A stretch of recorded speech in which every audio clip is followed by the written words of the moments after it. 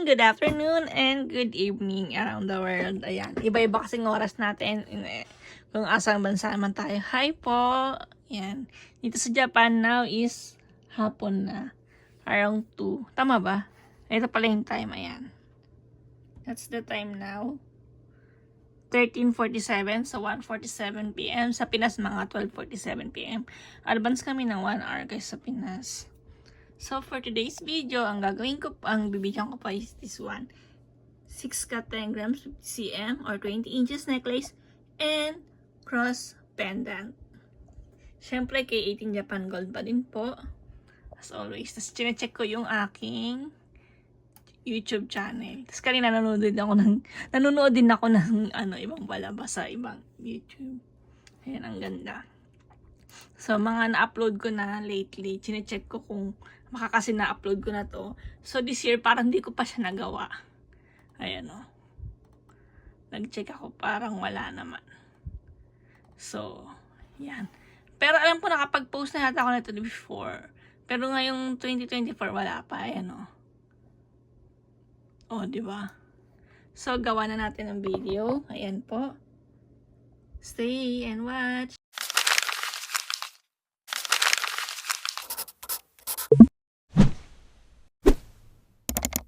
So, ito nga po, at i-open ko na. Ayan, nakalugay tuloy. 6 DCWA, 6 double cut, 10.12 grams to nga sa akin. Ready to ship yan. Yung 10.2 na sold na, napadala ko na. Kasi iba-iba yung points niya, pero same price lang yan. Per piece kasi ang tinda ko. Ayan po, ganyan ang itsura niya. This one is 6 cut 10 grams, 50 cm. 20 inches po yan sa Pinas kasi is inches. Dito sa Japan is cm. So, ayan siya. Ayan, nakasulat na. Then, this one is cross pendant. 1.6 grams to. Minsan 1.4, minsan 1.5. Pero sabi ko nga, same price lang siya. Lucky pag mataas yung grams. Oo. Diba? Ayan siya. Ang ganda. Tingnan niyo yung likod niya. Back side and front side. Maaraw ngayon. And good news kasi hindi siya mainit. Hindi na ako nagbukas ng aircon. Nakapatay ng aircon namin. Tsaka lalo na sa gabi. Kasi, I think autumn na. Taglagas na ba? Tama ba yun? Taglagas. Kasi pag winter, tuyot. Yes, dry kasi. Dry season. So, ayan na siya. And, yan nga pala sabihin ko na dumating na ang aking cellphone. Ang bago kong hindi ko pa siya ginagamit ang aking iPhone. Ayan. Teka lang. Ito ang aking cellphone. Ayan, i-open ko na. Yan! Tchadan! Dumating ang aking iPhone 16. Tama ba? iPhone 16 Pro yung kinuha ko. Ayan siya. Diba? At ang pinili ko is black. Mas gusto ko black.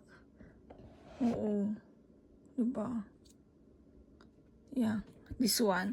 Hindi ko pa ito ginamit kasi bibili muna ako ng casing. Tsaka hindi naman ako nagmamadali. Actually, wala pa akong balak bumili ng cellphone.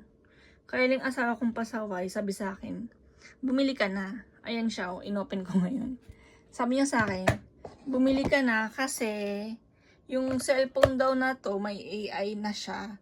Eh, di ba nag-ano kami sa gumagawa ako ng website ngayon. So, about sa mga computer. So, kailangan talaga na yung cellphone daw is may AI. Kasi halimbawa na may lagi akong gumagamit ng GPT tsaka yung ibang AI apps. Maganda daw to. So, ngayon ito, kaka-open ko lang kanina pero hindi ko pa siya ginagamit. Oo. Hindi ko alam kung gagawa ba ako ng unboxing kasi na-open ko na pero hindi ko pa inalis yung seal. Ang bigat niya. Mas mabigat to kaysa dito sa hawak ko ngayon kasi itong cellphone na gamit ko now is iPhone 11 Pro but this one is iPhone 16 Pro. Kaya hindi na ako nagbibili unlike before na lagi-lagi ako bumibili kasi parang same lang. Nagsawa na ako. Oo, nagsawa ako bumili ng panay-panay before nung nasa Pinas ako. That was 17 years ago. 17 years ago, no? Bata pa ako noon. So, 17 years ago, nasa Philippines ako nakatira. So, ang cellphone ko, monthly ako bumibili. ng bago. Hindi ako nagyayabang ha. Kasi mura naman sa Grand Central ako nakatira nun. Nagpapaswap. So, isa-swap mo yung bago mong yung luma mong cellphone sa bago. So, pag 1 month pa lang, hindi pa siya ganun kaluma. Kaya, konti lang i-add mo para sa bagong, sa latest Nokia. Di ba? So, ganun ako dati. Kahit nasa Japan ako, yearly ako nagpapalit ng cellphone. Pero, nung, I think 2000, after ko magkaanak, parang nanawa ako sa cellphone. Same design kasi yung iPhone. Hindi tulad ng Nokia na every labas nila, bagong-bago talaga. Iba-iba yung design. May maliit, may malaki. Diba? Pati mga color, tsaka yung spec niya. Ay, by the way, nalipat tayo sa cellphone. Gagawa ko lang ng video sa ibang araw siguro. Pag sinipag ako. So, bago yan, ito muna tayo. Balik tayo sa necklace na cross. And cross pendant. Ayan siya. You see? Ay, yung guantes ko nasa kabilang, kwarto. Andito ako sa office ngayon kasi gumagawa ako ng, nag-upload ako ng picture sa website para sa aking, Tokyo Mart. Ayan na, sinabi ko na gagawa kasi ako ng online shop about Japan goods, not only jewelry. Naisip ko na bukod sa jewelry, mas okay na magtitinda rin ako ng mga Japan products like Japan foods, like Japan food and Japan ubento, yung mga bags or basta Japan galing or Japan, pati mga cereal. Yan. Soon ilalunch ko na yon, but now hindi pa po malalunch kasi nilalagyan ko pa po ng mga items everyday. So, nilalagay ko every details. Ayoko kasi nung marami pang tatanong. Kasi syempre hindi ako makapag-reply sa sa website kasi automatic yun eh. So, pag mag-order ka, lagay mo sa cart para siyang Amazon style. Then, i-check out mo na yun. Hindi ako makapag-reply na ganito, ganyan, di ba? So, ayun. Hopefully na matapos ko siya next month. Kasi ang hirap eh. Nasa 500 items pa lang ako. Gusto ko sa i-launch na nasa 1,000 na yung mga items na ilalagay ko. Like, example lang ititinda ko is this one. O, diba? Andito sa aking area yung mga paninda. Yeah. Andito sa akin. Andito. May hawak pa akong calculator lagi kasi nagpuno ko. Ito, yung ganito, magbalak magtinda nito kasi it's Shijimi soup, Japan miso soup. So, bakit nasa area ko? Kasi, tinitimbang ko siya, tapos ko siya yung height niya, yung lapad, yung weight, yung depth, etc. Pati ito, ewan ko lang kung pwede ba ito ipa-EMS. I-search ko muna kasi masarap to. Ito yung gamit kong rice. Pag gusto ko ng gawing red, lalagay ko lang to sa rice. Tsaka nakakapag-diet daw, sabi. Masarap siya. So, pala ko ilagay rin sa website. Hindi ko palang napopost to. Ayan siya. Ilalagay mo lang to sa rice. Tapos, same luto. Mag-add ka lang ng konting tubig. Yan. At pag niluto mo, magiging siya, Japanese rice na color red sa sa 7-Eleven. Ang sarap. Favorite ko yan. Sinabi ko na kagad yung yung bala ko, diba? Pero yun, kaya busy ako lately sa website. Talagang pinupush ko na matapos ko. Ang hirap gawin kasi hindi naman ako magaling sa computer dahil high school lang po natapos ko, pero diba, kahit high school ka lang, pag gusto mo gagawin mo. So habang ako sa website, pinag-aaralan ko rin kung paano ilagay, pati yung mga kung ano-ano. Yan. It's difficult pero I try my best. I will try my best talaga. So ayun po, ang dami ko pang pasakalya, hindi ko pa natapos to. Diba, ang daldal ko. Kasi sunny day ngayon, kaya masigla ko. Pero kahapon, makulimlim, and may konting ulan kahapon, may konting ulan, kaya ang lungkot-lungkot ko. Pero pinilit ko pa rin mag-upload ng mga dapat ko i-upload sa website. So, yun. I-grams ka muna to para ma-sure natin. Tama ba yung grams niya? Diba? Wait lang po. Ang bilis ko namang hingalin. Kaya hapon na ako tanghalin na ako nakapag-gawa ng video. Kasi kaya ng umaga, naglinis ako dito sa office, tsaka sa loob. Yan ang routine ko every morning. After gising ko, magpiprepare ako ng food ng anak ko, tsaka ng asawa ko. Tapos maglilinis ng bahay. So, 10 grams, kaya lang nakalagay 10.12, diba? Pero 10 grams lang siya. It's unfair. Nakalagay, 10.12. Dapat 10.1 to eh. Pero hindi naman ako pwede magreklamo kasi per piece yun eh. Ayan 10.1 siya. Diba? 10.1 plus this one. So, ayan. 11.7 grams po yung total grams niya kasama yung pendant.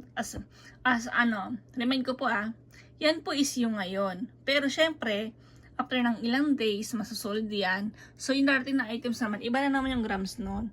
Basta, ang nasasabi ko lang, 10 grams yung chain, 10 grams plus, then yung pendant is 1 gram something. 1.5 grams something. Oo, minsan kasi 1.6 like this one. Minsan naman 1.5. Nung nakaraan, parang 1.4 pa nga eh. Ayan ha. O, 1.6. 1.61 yan eh. Pagano. So, ayan siya.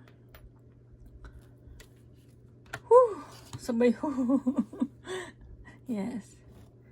Yung iba naghahanap, akala makapal yung 10 grams. Hindi po ito Saudi Gold. Ang Saudi Gold yata malapad. Hindi ko sure kasi ang Japan Gold po is siksik talaga siya. So, pag ganito, na 10 grams, hindi siya ganun kakapal. Matigas pa siya kasi brand new po mga to. Kita nyo? Ayan yung laka niya, ganyan. See? Then, I will open it. Oops. Then, this is the inside. Look. Nakita nyo, may K18, tapos dito may mark na. Hindi ko gano'ng makita. Sabi nila plug daw yan eh. I don't know, pero, yeah. This one is 18K or K18. K18 po nakasulat pag Japan Gold eh. At ang labo na ito na mata ko. Ayan, K18. Dati nakikita ka pa, ngayon hindi ko na gano'ng makita. Siguro kasi lately, mula pa 2 months ago pa na, lagi ako nasa harap ng computer maghapon. Minsan nga alas una talaga. Alauna na ako nakatulog sa gabi. Kasi nasa harap ako ng computer para i-upload yung mga balak kong itinda. Not all, yung mga gusto ko lang itinda. Pag ayaw ko, hindi ko naman ipopost. Alam nga naman ipopost ko yung ayaw ko. Diba? So, asan yung tissue? Wait a minute. Ay, dito pala yung tissue gumin. So, ayan. I will try this too. This pendant is fit up to 10 grams chain only. Kapag 20 grams yung chain nyo, hindi po yan kakasya. Ibang pendant pong ilagay natin kapag 20 grams. Yung mas malaki po rate. This one is 10 grams pababa. Bagay ito sa 10 grams, sa 5 grams, mga ganong grams. Yan. See? And this one is unisex. Pwede sa lalaki or babae. Opo. Ganyan po ang istura niya. Pag gusto nyo na makapal, much better ang kunin nyo na is 30 grams or 50 grams. And don't expect na mura yun kasi ang mahal po ng gold. Lalo na tunay po yan. Kapag sobrang mura, baka peke yun. Kasi minsan meron na apakamura. Hindi mo talaga banggaan yung price din yung pala scam. So ingat-ingat po tayo. Ganyan po itsura niya. Ayan po. See? Hi. Okay. Maganda naman siya. And 20 inches. So, pag lalaki is not mataba, kasya po siya. Opo. Pero pag halimbawa, gusto niyo, pag lalaki kasi gusto mas makapal, diba? Hindi to para sa inyo. Opo. Pag minsan naman ayaw ng lalaki ng manipis, ay na makapal, binibili to. Tsaka yung mga nag-start, halimbawa, start mag-collect, inuuna nila syempre yung mga ganito muna bago yung makakapal. Yeah, much better na you like to start, mag-start na po kayo ngayon mag-collect kasi ang gold is increasing the price. Yung price niya po is pataas. So, tumataas talaga yung price niyan. So, much better na bumili na kayo ngayon kaysa bukas or sa next week, next year. Kasi iba na yung price nun, magtataas, diba? Sayang naman yung malilis nyo. Then, kapag binenta nyo yan, much better kaysa sa pound shop. Sa pound shop, pwede rin. Kaya lang kasi pag sinanla nyo, mababa ang kuha nila eh. Ipos nyo na mas mataas, mas okay na sa tao nyo ibibenta. Pero pag ako, halimbawa, pag kayo advice ko, sasabihin nyo, paano malalaman na tunay? Dalhin nyo po sa pawn shop, sila nakakaalam niyan kung tunay ba o peke. Yes. Yun po ang best answer. Pupunta kayo sa pawn shop, pakita nyo, pasuri nyo, papauri ba tawag doon. Tanungin nyo kunyari, magkano po ito pag sanla? Check nila yan eh. O, diba? Pag sinabi yung price na ganito ganyan, ibig sabihin ng tunay. Pag sinabi na, sorry, hindi kami natanggap niyan kasi dito sa Japan, hindi na sasabihin sa'yo kung tunay fake. Yes, sasabihin na nila na hindi sila tumatanggap. Sabi ko nga dati, bakit po, nande dami desu ka? Sabi ko, chicken janai desu kasi ko, hindi po ba 18K yan? Bakit bawal? Bakit hindi po ina-accept? Sabi, hindi daw sila makakapag-comment. Sabi ko, bakit? Nabili ko yan, syempre gusto ko malaman kung ano ba yun, kung totoo ba yun or hindi. 'Di ba? Sabi ko ganun kasi syempre, gusto ko malaman kung tunay ba. Hindi talaga nata-accept yung necklace na yun, ay yung bracelet na yun. Binili ko yun sa isang matanda doon sa Osaka. Oo. Hindi ko na nabili sa kanya, tapos naloko niya pala ako sa isang item na yun. Pero, pumunta ko sa ibang shop, apat yun yung pang-apat, natanggap siya. Pero ang sabi sa akin, it's not 18K, 16K lang daw yun.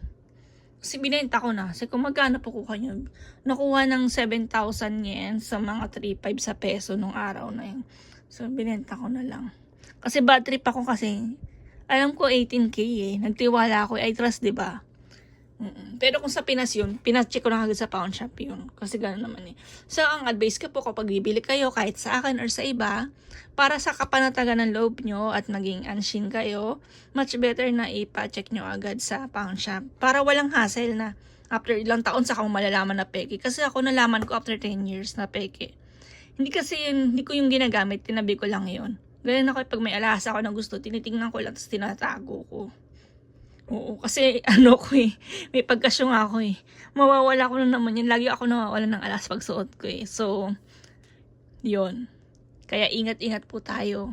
Kahit na super close mo na yung tao, kahit ka-close mo na, maluloko ka eh. Kahit nga ako naloko ko, diba? Hindi pa kasi ako seller nun. Oo, kaya nasyak ako nung peke pala. So, yan. If you like this video and if you like this necklace, comment na lang po kayo. And sa price naman po, hindi ko po kayo masasagot sa price dyan sa mga comment section kasi panay-panay ang taas ng gold, sabi ko nga. So, pag sinabi ko yung price ngayon, tapos nag-PM kayo sa akin next year, na ganito yung bigay mong price, iba na po yun. Iba rin yung price ngayon, sabi ko gano'n. Yun. PM po kayo sa akin page, FB. Hanapin niyo lang po ang Japan Jewelry. Nasa description po yung link. So, yun po. Thank you for watching. Arigatou gozaimasu. And have a nice day. Gumanasay. Ingat po lahat and stay positive.